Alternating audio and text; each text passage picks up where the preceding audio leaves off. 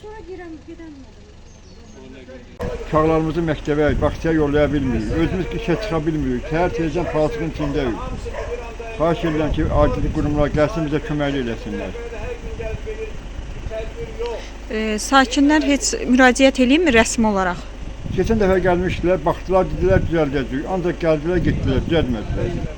Elə gəlirlər bizə traktor yanından lehəni yığırlar, qabağı aparırlar, qabağı gətirirlər dala. Deyirəm, abi küçəni bilən ki, lehəni nəyə yığırsınız? Gətirin bura, heç olmasa ayağınızın altına qırabildən, yatdan tökün bizim için.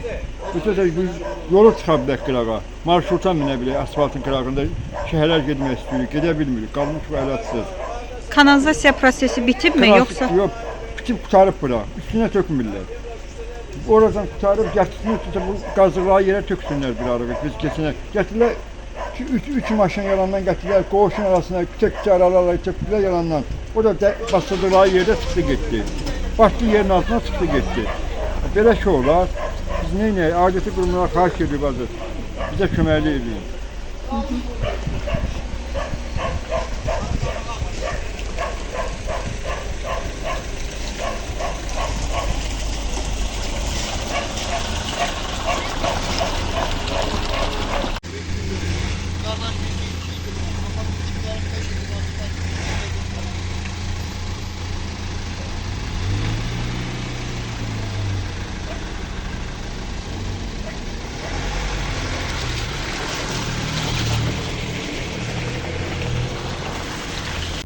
Uşaqlarımız məktəbə gedə bilmir, maşınlar, keçən maşınlar, yəni pis vəziyyətə düşür.